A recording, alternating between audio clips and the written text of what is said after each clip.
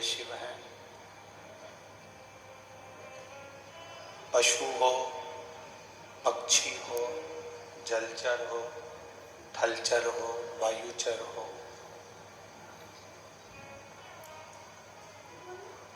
जितने भी जीव संसार में जन्म लेते हैं, जीना और मरना जिनकी गतिविधि के अंतर्गत है, जो जन्म भी ले रहा है और मर भी रहा है। ऐसे जितने जीव हैं जो जन्म और मरण के इस चक्र में चलते रहते हैं, उन सभी पर भगवान शिव की कृपा हमेशा होती है और होती रहेगी। ऐसा कोई जीव नहीं इस पर।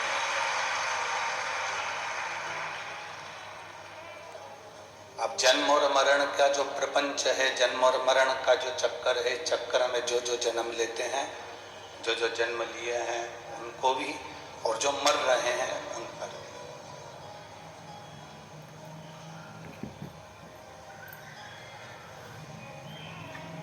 देखिए, जिनकी माता होती है, जो जिनके घर में माँ है, वो बच्चा जन्म लेता है, बड़ा होता है, परवरिश होती है। जन्म लिए बच्चे की जो परवरिश होती है, बड़ा होता है बच्चा,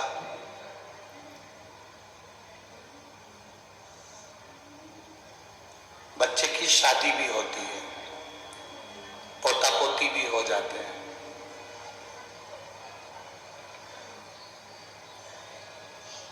अब जिनकी माँ है, वो बच्चा भी बड़ा होता है, वो बच्चे की भी शादी होती है, वो बच्चा भी प्रबल होता है, बड़ा होता है, उन्नति करता है, आगे बढ़ता है, सब कुछ उसकी जिंदगी में होता है। अब जिसकी माँ बचपन में चली गई, जिनकी माता बचपन में प्राण छोड़ दी, चली गई, और बच्चा छोटा है, वो बच्चा भी जब बड़ा हो रहा है, पढ़ रहा है, लिख रहा है, नौकरी भी कर रहा है, सर्विस भी कर रहा है, उसकी शादी भी हुई है, उसका विवाह भी हुआ है। दोनों बच्चे में क्या अंतर है? एक बच्चे की माँ है, उसने बच्चे को पाल पोस कर बड़ा करा, शादी करी, ब्याह करा, सब कुछ। एक बच्चे की माँ नहीं,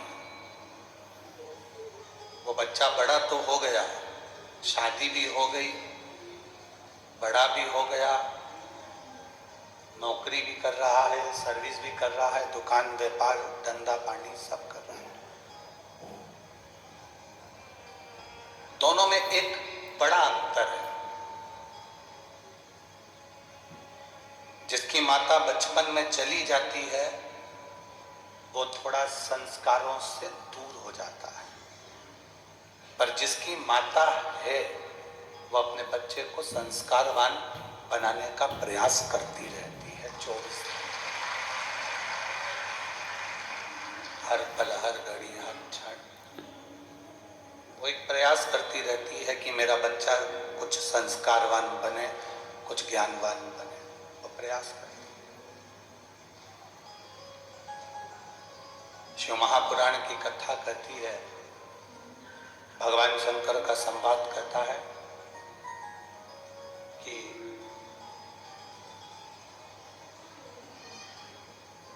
जैसे बच्चे की जिंदगी में माँ का होना बहुत जरूरी है, बहुत जरूरी। उसी तरह हमारे भजन में, हमारी भक्ति में, हमारे कीर्तन में, हमारे स्मरण में शिव का होना बहुत जरूरी है, बहुत जरूरी।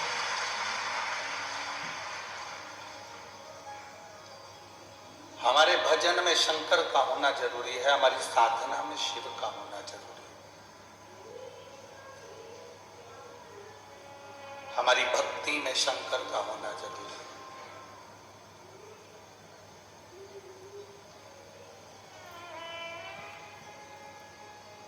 यदि हमारे भजन में शिव है, हमारी भक्ति में शंकर है,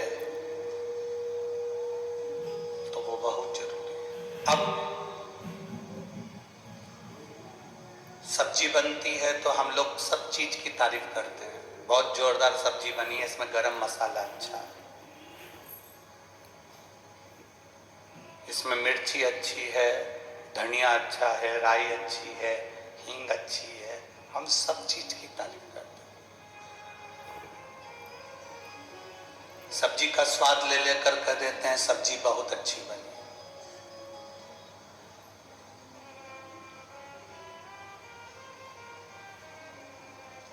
हल्दी सब्जी में अलग से दिखती है, बोलो दिखती है कि नहीं दिखती है? अरे बोलो जम के।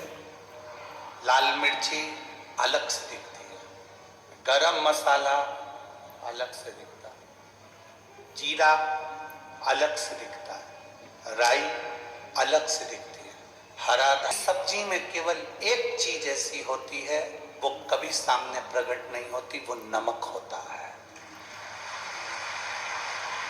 नमक लेकर आओ, नमक नहीं। के बाद में आप किसी का भी भजन कर लो, चाहे राम जपो, चाहे कृष्ण जपो, चाहे हरि विठ्ठल जपो, पांडुरंगा जपो, दत्त जपो, देवी जपो, तिरुपति वेंकटेश जपो, नाथ द्वारा कश्यपी जी बाबा जपो, चार भुजा नाथ जपो, तुम्हारी मर्जी पड़े। 33 कोटि देवताओं में से किसी को भी जपना, सब अपनी अपनी पहचान ऊपर बता सकते हैं, पर एक जो दिखता नहीं है, बिल्कुल एक शून्य की तरह है, जो सब में समाया हुआ है, वो शिव है। उस शंकर को पहचान की जरूरत नहीं है, पर उसका होना जरूरी है।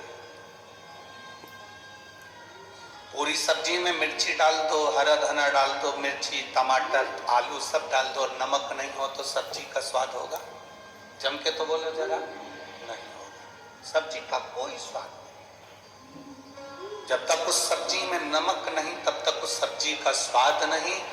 और तुम्हारे भजन में जब तक श्री शिवाय नमस्तुभ्यम नहीं, तब तक उस आनंद पूजन का कोई आनंद नहीं। भजन में शिव होना जरूरी। भजन अजब शंकर क्या, शिवौघड़ी क्या, शिव की भक्ति क्या। महाराज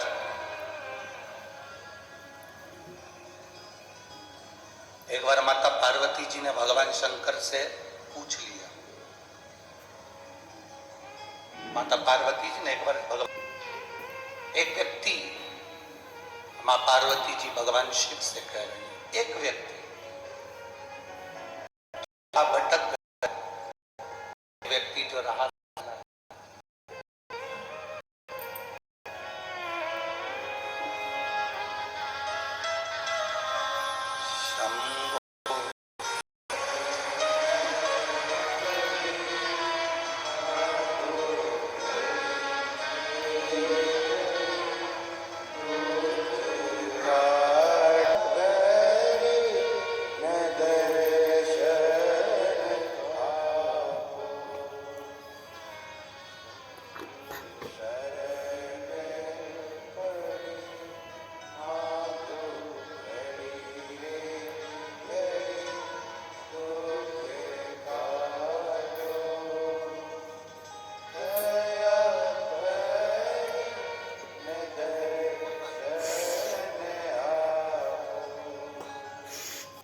माता पार्वती भगवान शंकर से कह रही हैं कि मार्ग से भटका हुआ व्यक्ति,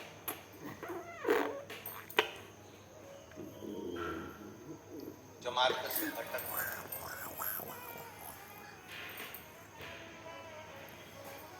उस मार्ग से भटके हुए व्यक्ति पर आना है। अगर कोई भटका हुआ व्यक्ति है और उसको वापिस, भटके हुए व्यक्ति को मार्ग पर वापिस आना, तो उसके लिए किसका भजन किया जा सकता है? शिव मौन हो गए, भगवान शंकर चुप। मेरे महादेव बोले नहीं, बिल्कुल भी चुप हो गए।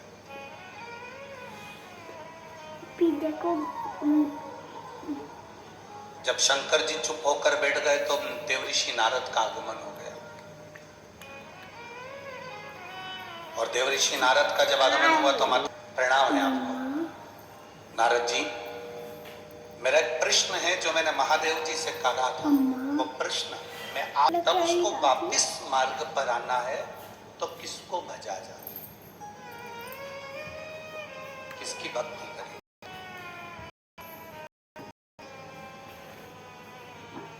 देवऋषि नारद